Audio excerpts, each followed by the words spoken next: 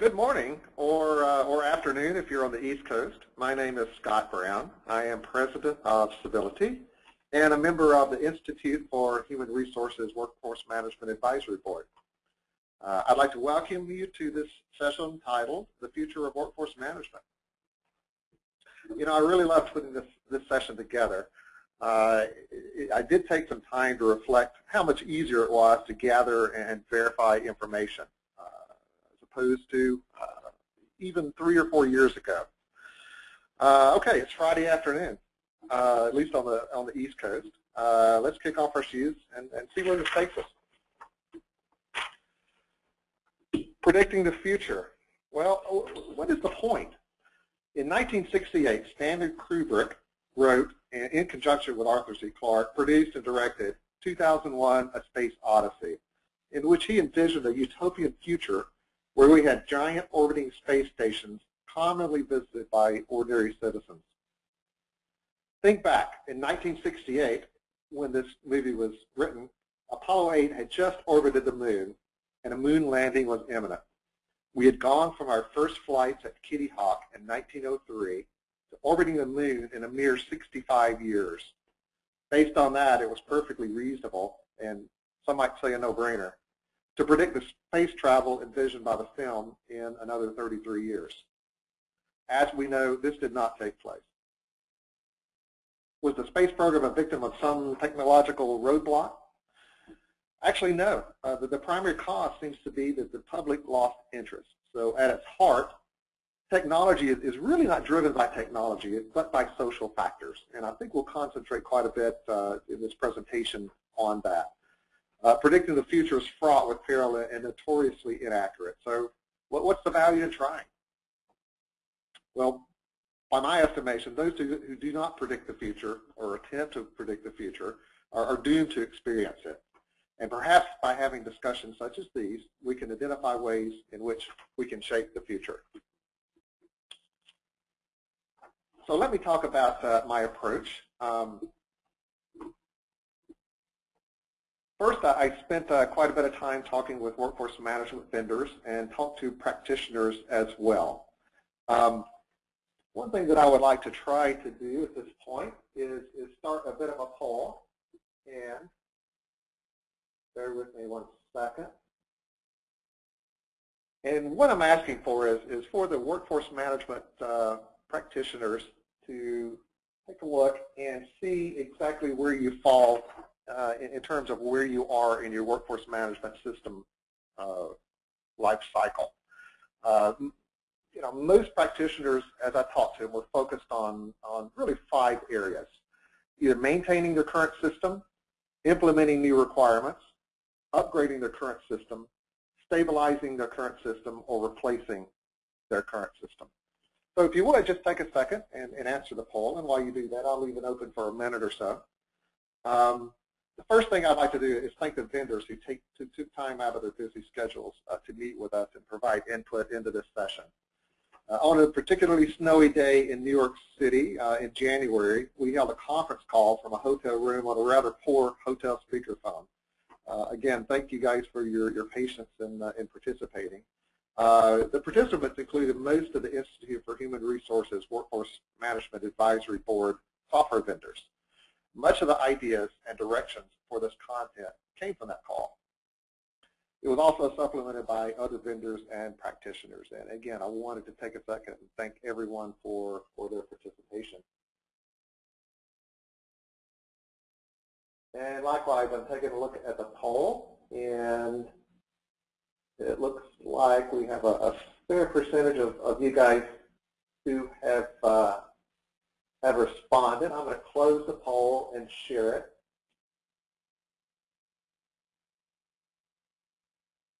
Okay.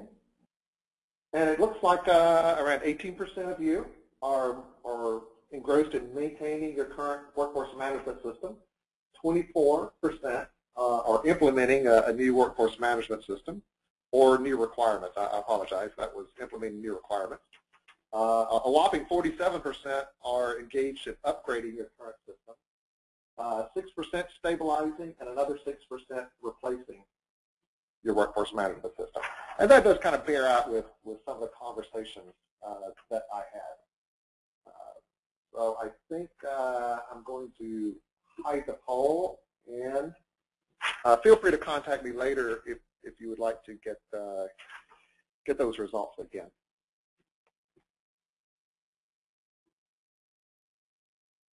I believe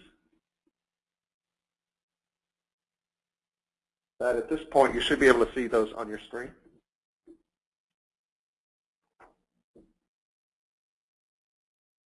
Okay, next we would like to talk about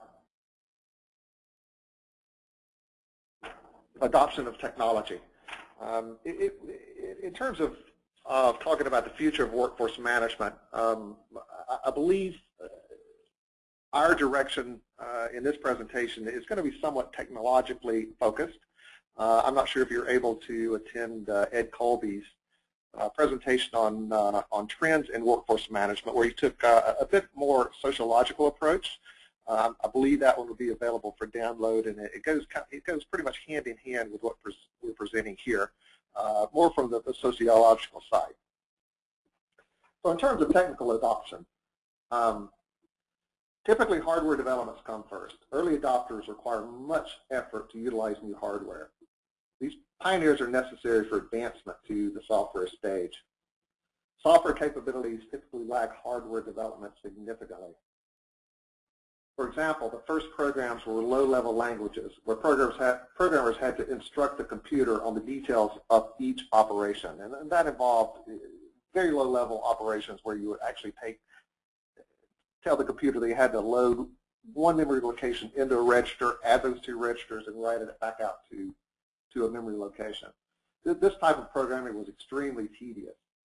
The next development was Fortran and COBOL compilers, where you could express notations and algorithms in a much more familiar arithmetic expression.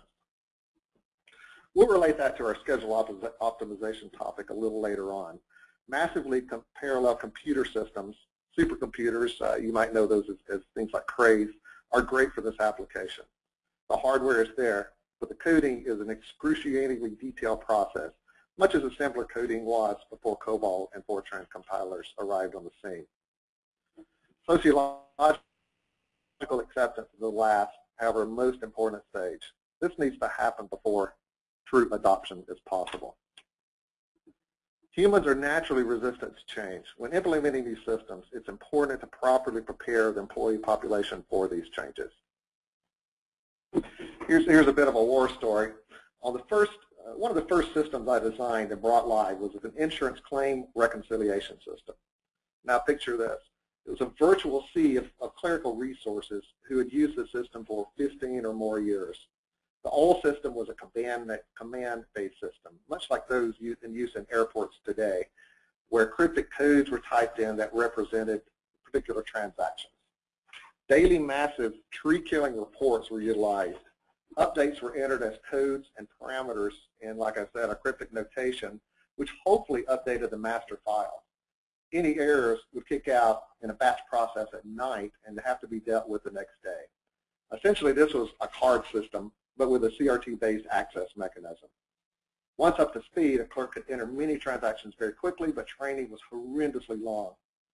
The new system was a modern database system, which took advantage of looking up information, correcting transactions in one place on the screen, and real-time updates for error reporting. No more tree-killing reports, no more waiting until the next day to correct your errors.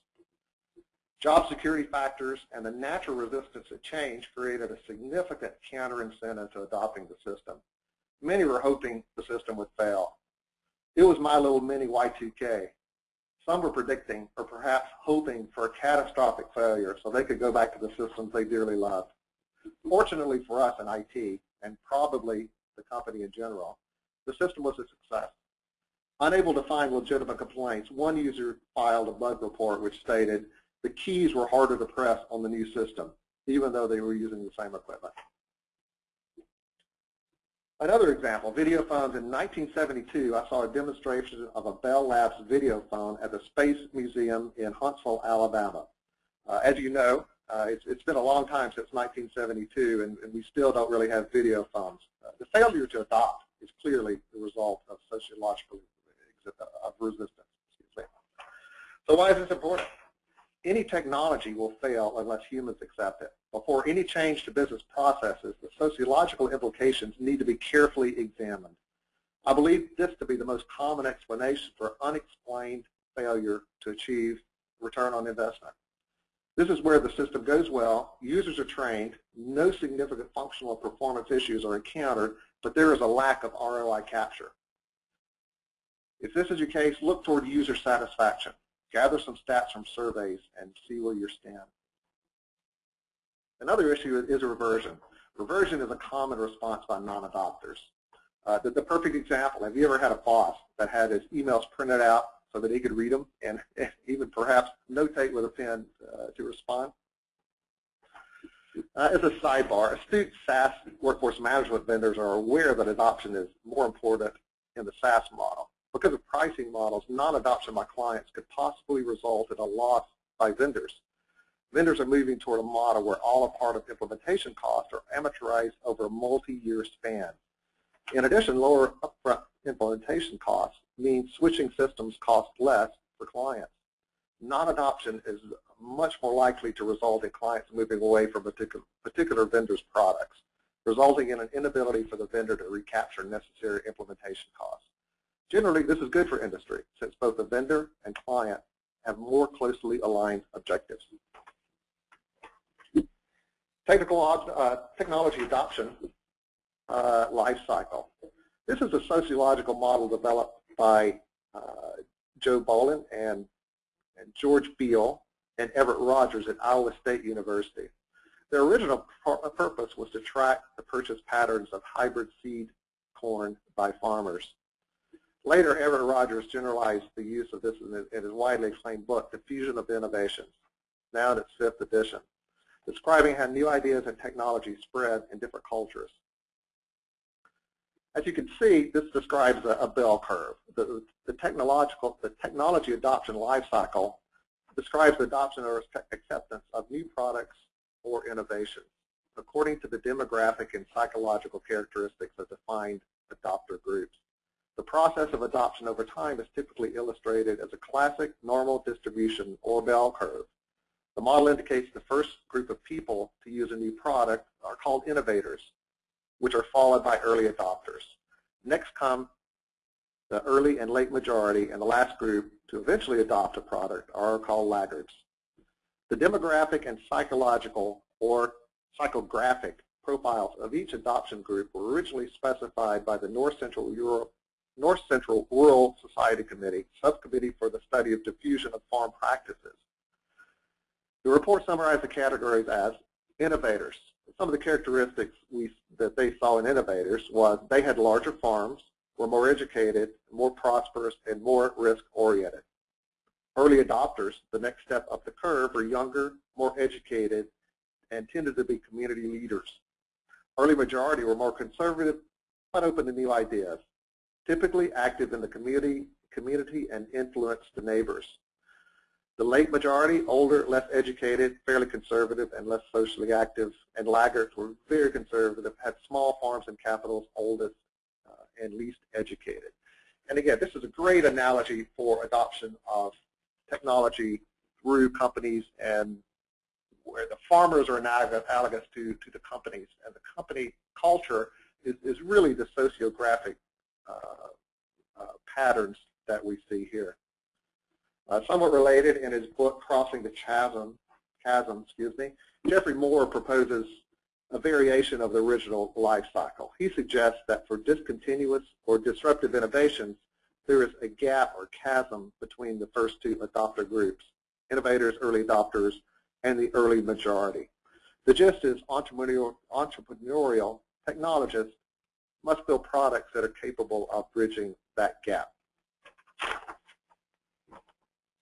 Let's fast forward and take a look at some of the technologies that we're apt to see in the near term, which are going to be influencing our work. You can see here on the screen we have a depiction of of its disruptive technology we call augmented reality. Well, I can hear you out there saying, well, that's nice, Scott, but what does it have to do with workforce management? Well, augmented reality, again, an example of a potentially disruptive technology, video recognition. The hard part of augmented reality is the video recognition component. We talked a little bit about augmented reality in my last session. The web is a great example of a disruptive technology. Disruptive technology is a term coined by Harvard Business School professor Clayton M. Christensen to describe a new technology that unexpectedly displaces an established technology.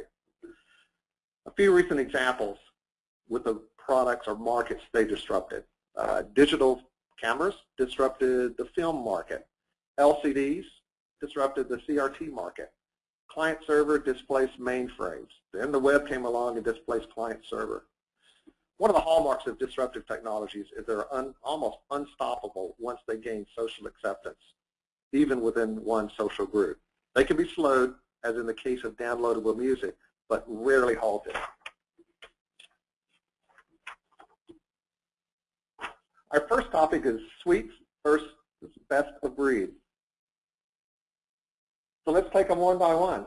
So the topic in terms of interfacing, a suite. Suite, it's all done. Best of breed, new technologies enhance timeliness, reliability, and effort. Standards such as web services and XML make interfacing easier. Expertise. Suites, you need to seek it out. Our viewpoint of the consulting market for suite-based consulting is it's fairly crowded and true expertise is fairly diluted. Best of breed, focused. Expertise is typically focused in a handful of boutique firms. And again, there's an analogy between consulting firms as well. Boutiques versus the Andersons and Price Waterhouse Coopers of the world. But that's probably another topic for another day. Nimbleness, suites. They typically operate much like a battleship. Take, for example, Oracle Fusion. That development effort has spanned some of you practitioners' entire careers. Best of breed, typically turn on a dime. Competitive, suites. Customers tend to be locked in. Best of breed vendors must continue to earn your business. There really are two big elephants. Let's talk about a bit about two big elephants who are actually not in the room at this conference, Oracle and SAP. Both purport to have workforce management offerings. What does it say about their workforce management practices and support of this industry by non-participation in a conference that is certifying workforce management professionals? A great analogy is a Kindle versus the iPad. Kindle is, we see, is kind of a suite-based. You very much are locked in to one vendor, whereas an iPad, it certainly is best of breed. You download whatever apps you want. You configure the iPad the way that you would like. Next up, global. What is the future of global? Where we are now? Customers below multinational in size are managing workforce management systems through separate instances. I'm sure the future I'm sure the future will be the Fortune 500 will demand a consistent applications and consistent solutions, but we have not found that to be a requirement. We're currently not seeing a lot of drive for one global workforce management solution. Companies are comfortable with different solutions. They do want aggregated data for reporting. From Ed Colby, we are seeing companies running multiple instances, each configured for the local policies, languages, etc. It's currently necessary because of legal requirements, especially in the area of data privacy, since workforce management data relates to personal information about associates. And again from Ed, over the past 5 years, there has been a clear distinction between cultural acceptance and recognition of workforce management and its value versus technology's readiness and capabilities. The technology has been there and is way ahead of the cultural and socio-political acceptance, and constraints due to data privacy and cross-country data exchange. We are seeing few multinationals that have gone with full global implementations with either one instance or a common core platform. Our experience has been clients come to us and almost apologetically describe how their systems are not really global, but are disparate, unconnected systems regionalized to support local practices. Most are relieved when they hear they are the norm. The safe prediction is that these systems will quickly be merged into one huge global workforce management system. That's pretty academic, and we feel like it's quite blue sky. The reality is regionalized systems are an excellent way to manage systems where local norms and practices, compliance laws, and security laws might trump the convenience of having everything running under one hood. In the short run, companies should embrace the multi-system approach and devote time to ensuring common models and coding between systems. One of our clients is part of a large team for the global worldwide multinational rollout. This was a PeopleSoft HR and SAP payroll, virtual, big bang, the entire globe going live within a month. While viewed as much simpler because everyone being on one platform, the project had enormous complications because there were 3 clusters, one in EMEA, one in the USA, and one in Asia Pac. Employees were located on one of the 3 server clusters in each of the regions, but all table values had to be continually synced between the systems. And don't even think about transfers between regions. The important point here is a huge amount of time was devoted to issues around making a system globally available, which is not an easy prospect. Perhaps the goals could have been met with less risk by initiatives to push standardization down through existing or regionally specialized packages. The system, in the end, was heavily customized to enable unique requirements of each region, such as leave policies in Scandinavian countries. We're currently working with a customer for vendor selection with operations across the globe, but we're helping the customer select the best package that supports local practices, laws, and security requirements. We'll focus the clients on efforts on configuring the systems to support consolidated corporate reporting as opposed to customizing of a more general system. This decision needs to be made on a case-by-case basis, but a general rule is most clients prefer configuration solutions over coded customizations. Next up, scheduling.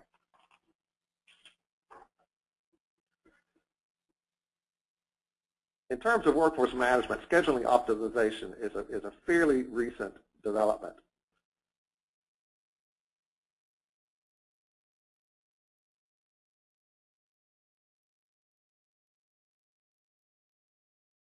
Moving from team-based to individual-based is typically the direction that schedule optimization is headed toward. Legally, you must be able to justify any pay differences.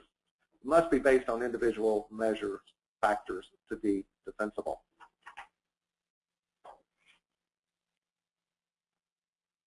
If you attend our session on the history and evolution of workforce management, you may recall we discussed Frederick Taylor, author of the 1903 book, Shop Management, and whom some consider to be the father of the science of workforce management. Taylor opposed the current standard of paying workers an hourly or daily rate. He considered it an incentive for attendance, not for productivity. Our current socio-legal environment is extremely entrenched in hourly or daily attendance-based compensation. Groundbreaking legislation would be required to move beyond that to productivity-based compensation, however. Taxes and litigation are the governors on free market. They keep everything neatly in check, but when applied with too much gusto, they restrict growth and constrain important innovations. Wow, Scott, that sounds like you're talking about the past. Isn't this a presentation about the future? Well, thanks. What a timely and convenient question.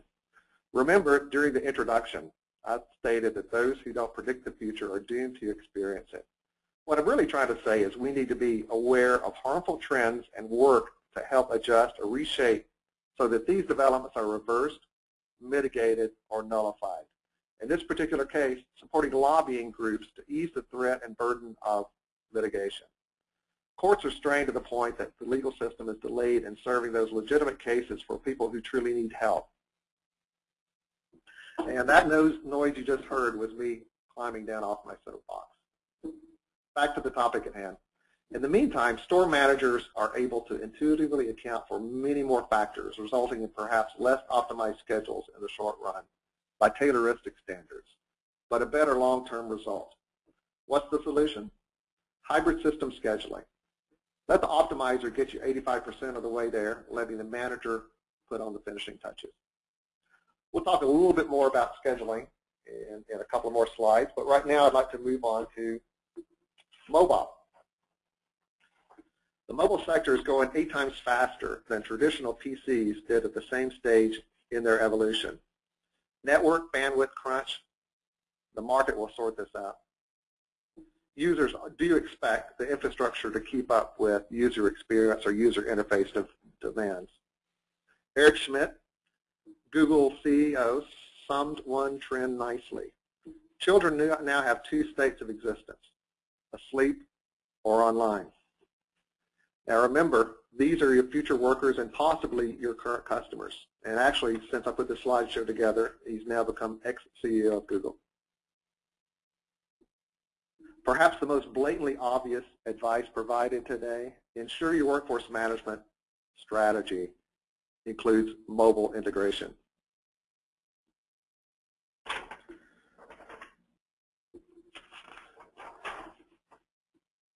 One interesting question that came up during discussions with vendors was captive versus user-owned devices. In other words, are companies going to provide the mobile devices to their associates and employees, or will they be utilizing employees' current phones, mobile devices, or whatever they happen to be carrying?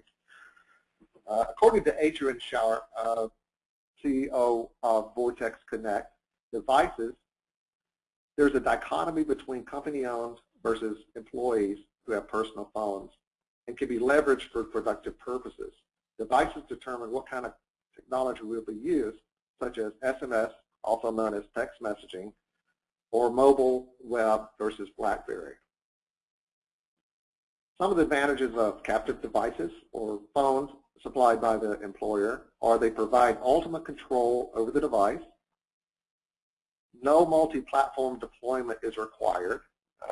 The employer can select BlackBerry, they can select iPhone, and whatever their standard is, that certainly will simplify the rollout. And somewhat related, but it bears mentioning, you're locked down to the least common denominator of device capabilities. So if you do decide to go the employee-owned route, user-owned device, typically you're going to be locked down to the least common denominator, which is going to be typically text messaging. For managers and supervisory level employees with company-provided devices, the return on investment is very compelling, even down to the store level. In addition, IT departments are nervous about security. User-owned device, the associate or employee manages.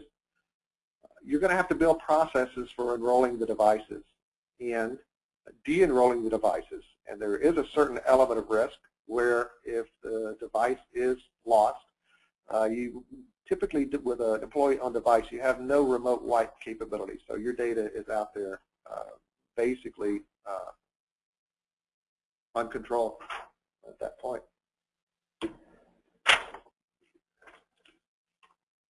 As I said, we're going to jump back into forecasting and optimization.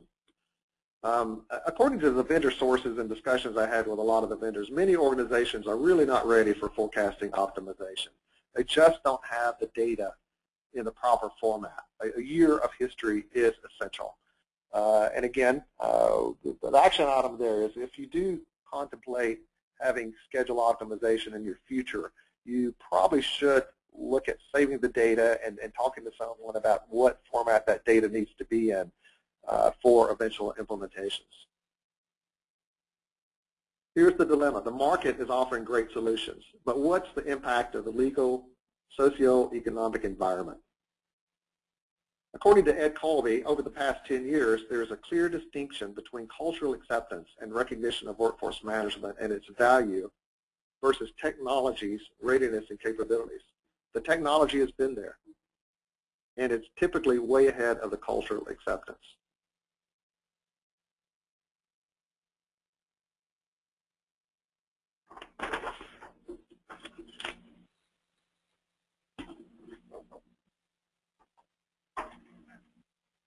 One of the factors in terms of successful forecasting and optimization, not in terms of rollout, but in terms of continued success, is it needs to be a continuous learning system.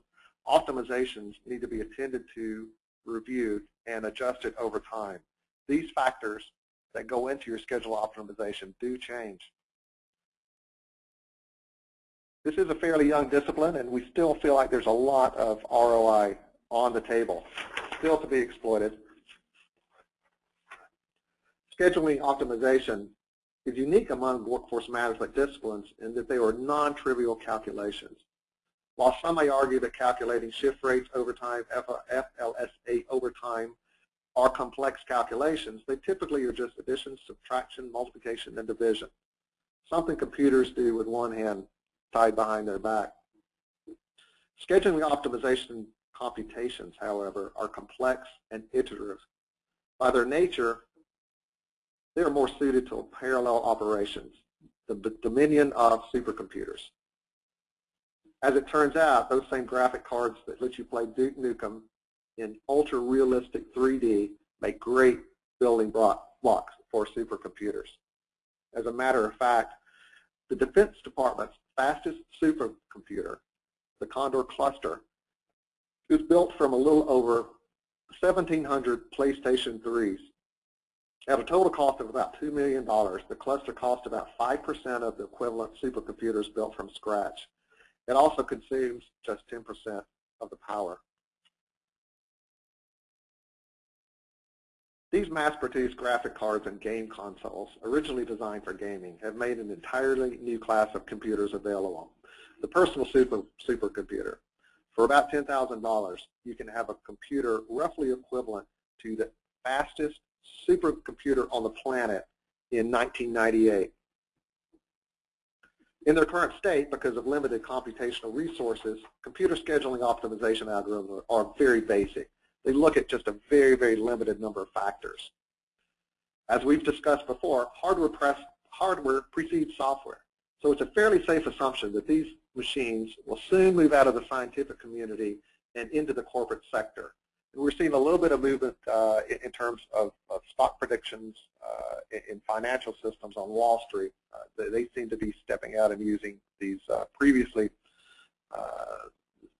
only scientific computers in their domain. Packaged solutions will soon be available to perform optimization calculations hundreds of times faster and orders of magnitude more complex than is currently possible on existing server-based hardware. Looking a little farther into the future, hybrid system scheduling optimization will watch managers' adjustments and using artificial intelligence to discern and apply knowledge to future schedule generations. This is going to be a true continuous learning system.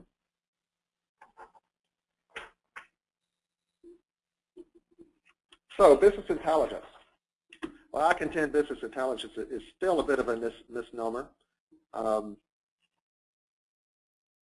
I even question whether it's information. It at this point is somewhat non-navigable data. According to John Orr, Chief Strategy Officer for Dayforce, business intelligence would be a success if measured in volume. It currently falls short on the intelligence side. One of the key questions that companies want to know is how do I compare with other industries? This falls under the heading of benchmarking and key performance indicators. Where do you stand in terms of worker spend, quality, productivity, performance, absentee, and overtime? We see this as a future direction for true business intelligence. It really should be goal alert based. As an example, we run a data center out of Toronto, and I really am not interested in a historical report about what the temperature of the cores on the servers are. I just really want to know when one exceeds like 40 degrees centigrade. So again, the alert-based, same principles apply to organizations. You want to know when something goes out of spec.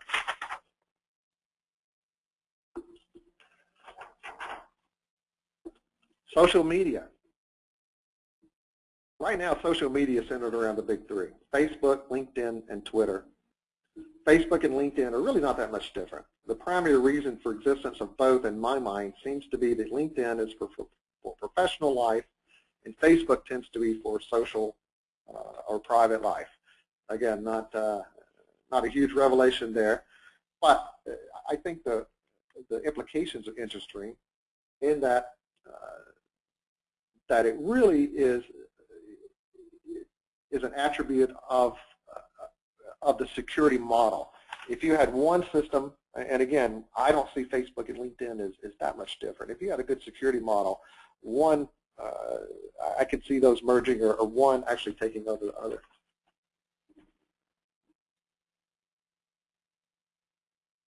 Another trend: data is absolutely moving outside the corporate walls. This is not something you're going to be able to stop. It's a disruptive technology. It's happening. Integration points: how can you fold this into your informational ecosystem?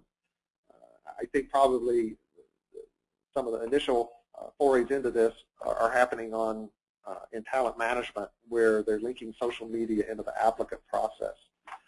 Standards would help, as would a more robust security model.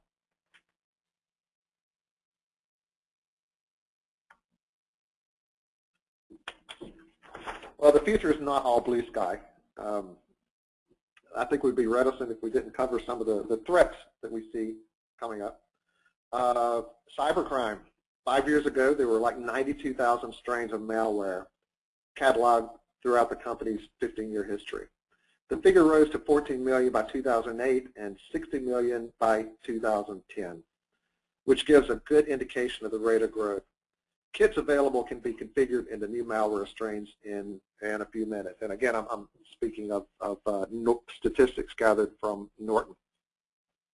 Much of the data ends up on the black market or is distributed to others that sell it to the end user. The reasons are very simple. It is less risky to traffic in data than it is to steal directly. Very often the crime is committed in a different country to the one where the profits end up. The more intermediaries in the chain, the more difficult it is to track down the criminals. Moreover, these organizations can then offer other services, not just the sale of the data itself. And again, I think the key point here is cybercrime is no longer purveyed by a bunch of hackers in California or 14-year-olds. It has moved into the organized crime sphere. Target bank accounts on the open market are worth about $80 to $700 per account. And I know, although we don't keep bank account information typically in workforce management systems with single sign-on, it certainly is a direct path to get into HR, where again there is a lot of information in terms of direct deposit bank accounts. Another threat: technical obsolescence. There's a hidden cost with staying on a platform too long. Eroding skill sets, think COBOL, assembler. Support issues, not only on the software operating system, not only the software, but the operating system, app servers, and database servers will eventually fall out of support. You need to be aware of any kind of legal compliance issues. If your platform is really falling out of support, if your version is falling out of support, there is a cost associated with falling out of legal or compliance support. Cost of changes or opportunity cost not being able to respond to the market-driven changes in a timely fashion. If you fall behind on your platform and, for example, you have new union contracts that need to be negotiated, that can actually cost you quite a bit in terms of ability to respond and cost in terms of hard cost in implementing those. What should you do? Assess the risk and cost to upgrade or switch. At least take a look at it. We talked a little bit about disruptive technologies. This, again, can be a threat. It's analogous to the web.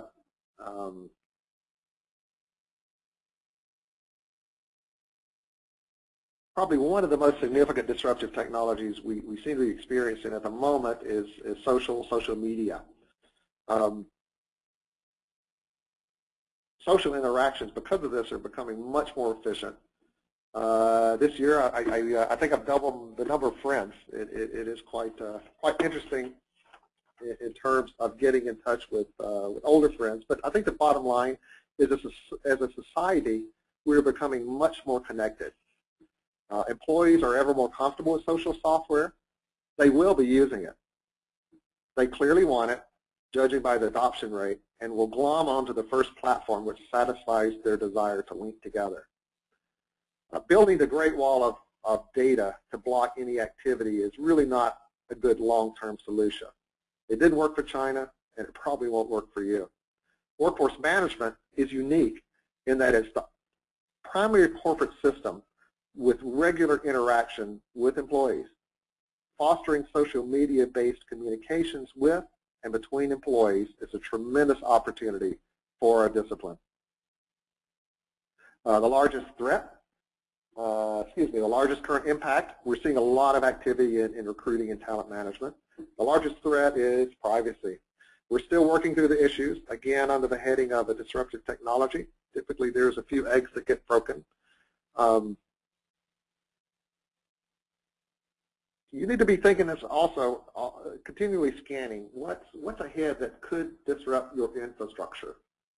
It's not a threat in the typical sense, but the nature of the threat is that you will fall behind in your competition.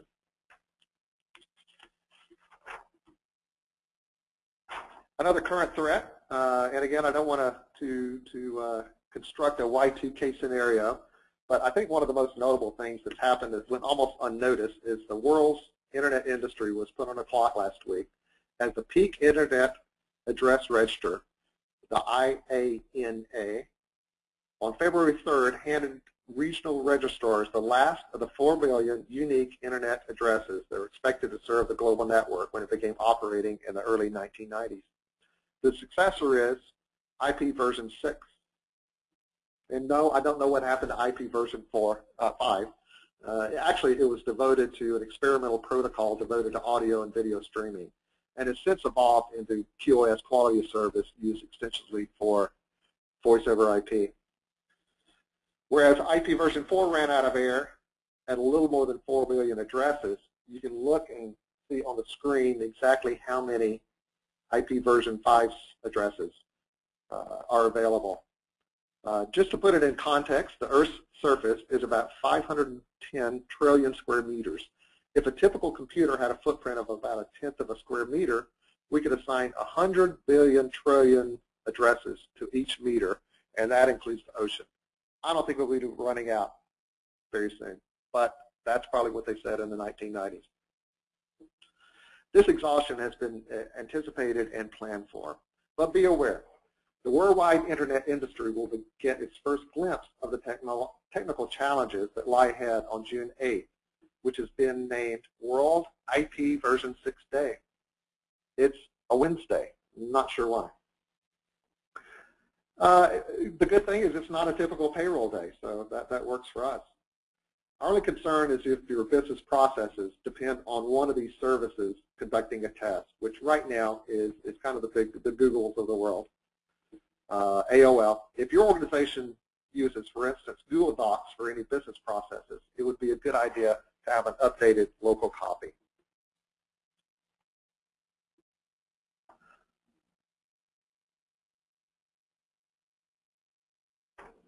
So enough of the threats. What kind of opportunities are we looking at?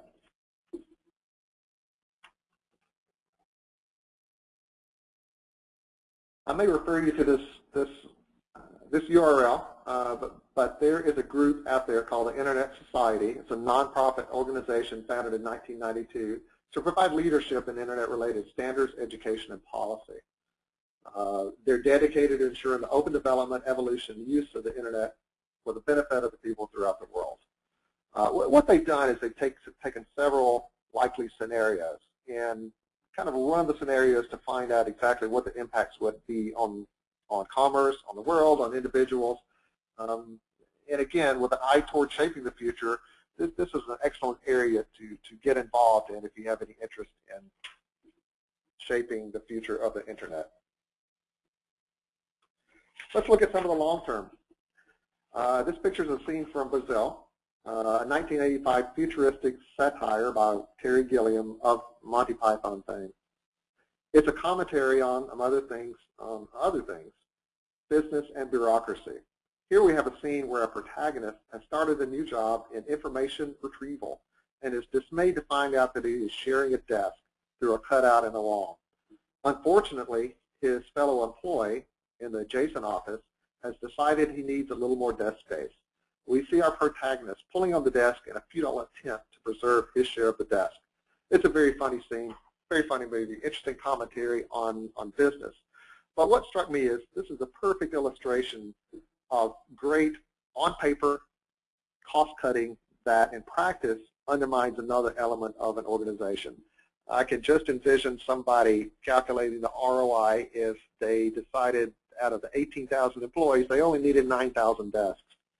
While cost cutting is about an exercise, our focus really should be on value creation.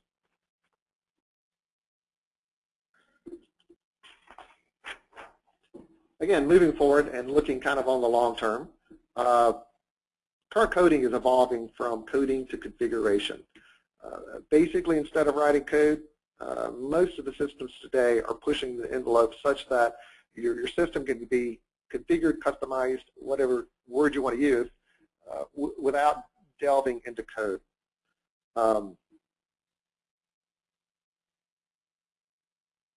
again, your business rules, instead of being stored in code, are going to be stored within the database. So it really is code as data.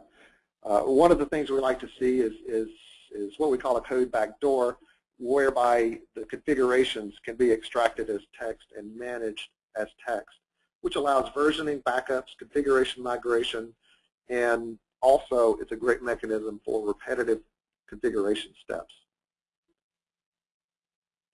The next evolution we see is going to be system training. And as an example, if you recall from 2001, the computer HAL was a sentient being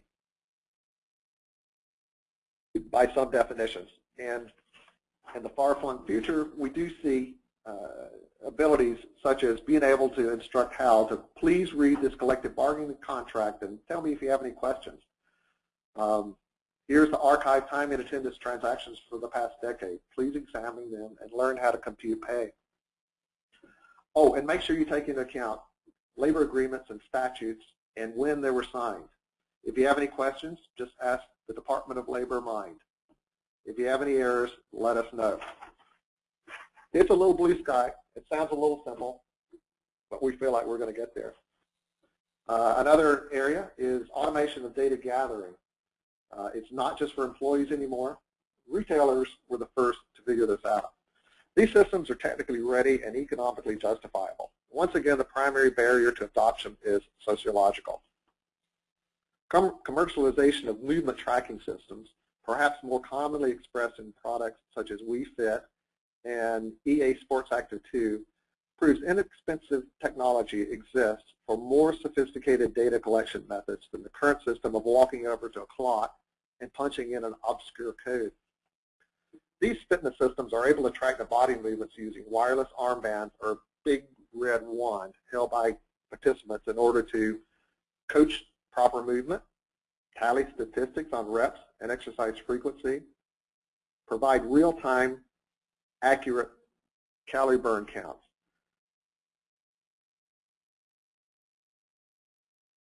Video is destined to play a huge role here. Awkward armbands and wands will no longer be needed, and again, are probably socially unacceptable in the workplace.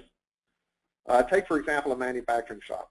Real-time video will soon be capable of knowing what employees are working on what machines, what products are coming off the line, simply by examining the video, and assimilating and feeding that information into workforce management systems for pay calculations or for costing systems.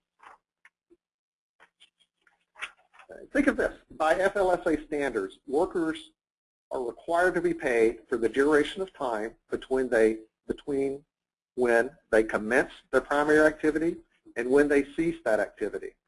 Taken to extremes, the time between clocking in at a remote clock and arriving at their assigned manufacturing post could technically be unpaid time.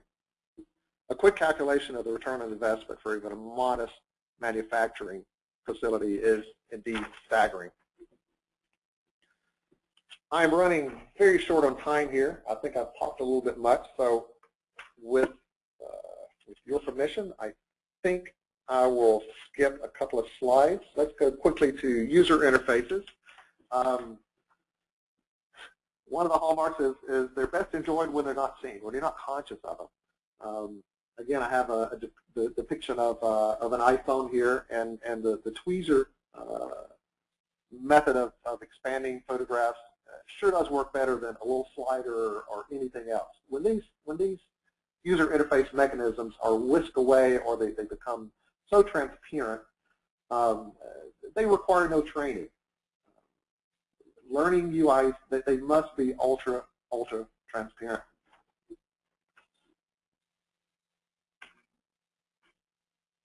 And I'm going to skip the next slide, talk a little bit about keyboards, where we're going. The QWERTY keyboard, and that's the keyboard most everybody uses, was patented in 1878.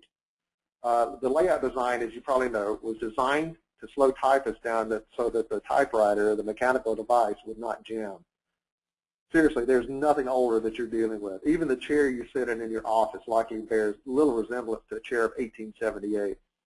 There have been certain innovations in terms of keyboards in attempts, but the keyboard is so ingrained and so trained, it probably will never go away or get changed in its current form.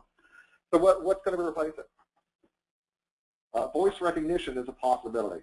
This can be an issue for offices in a cubicle environment, but with proper office design, proper acoustic design, these issues can largely be eliminated. Look to call centers for a good model. Video is going to be huge as well, in combination with voice recognition. It's very awkward to command a computer strictly by voice, but with proper video and video recognition, simple things could be scrolling up with an upward movement of the thumb.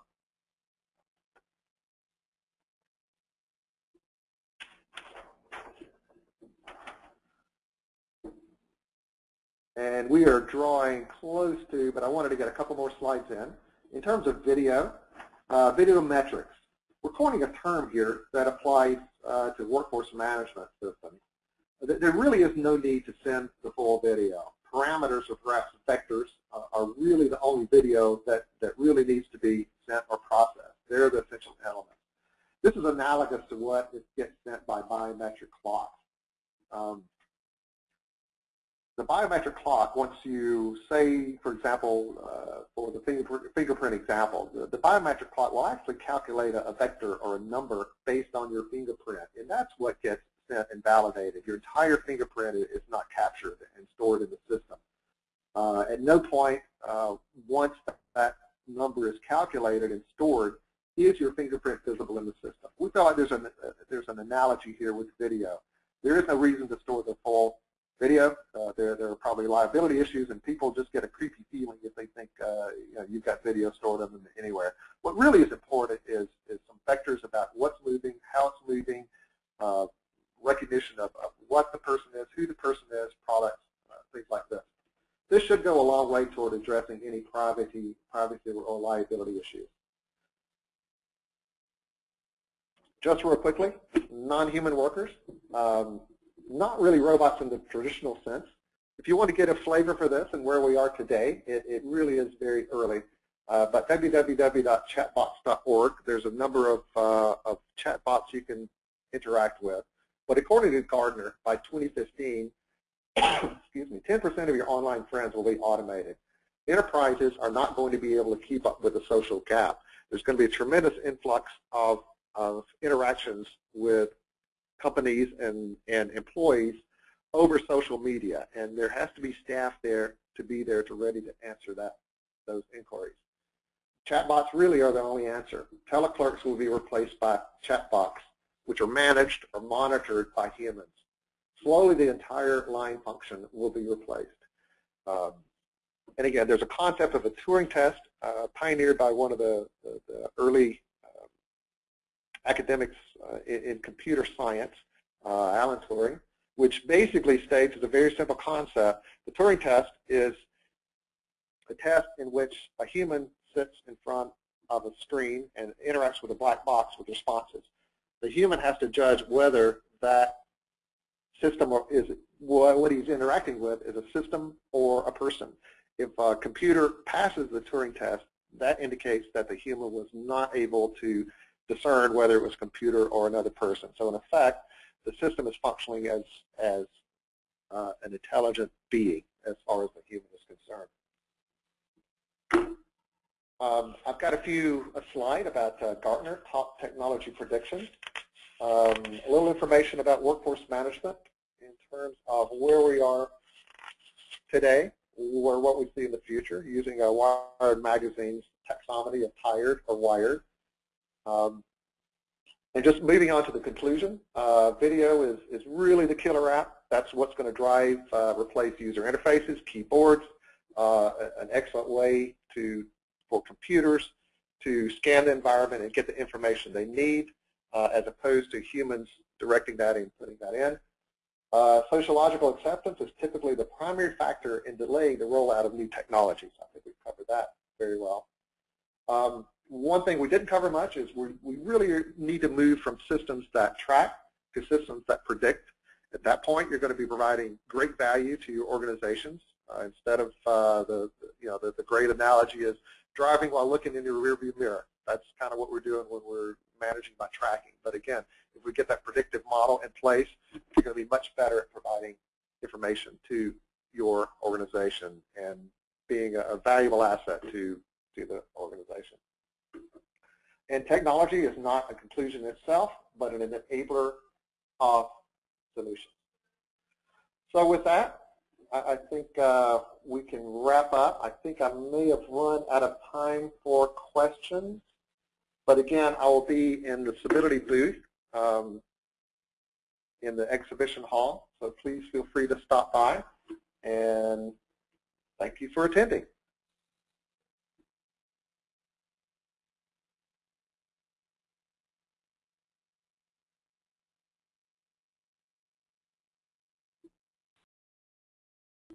Be happy to answer any questions that you have.